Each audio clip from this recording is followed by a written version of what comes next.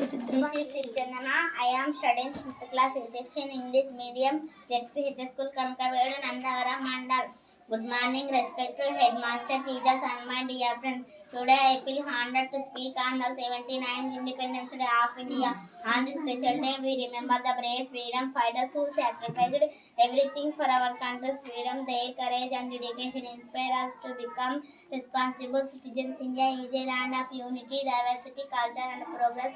As students, we should respect our national flag, follow the Constitution, study sincerely, help others, protect nature, and always speak the truth. Let us work together to make our country stronger, cleaner, and more developed.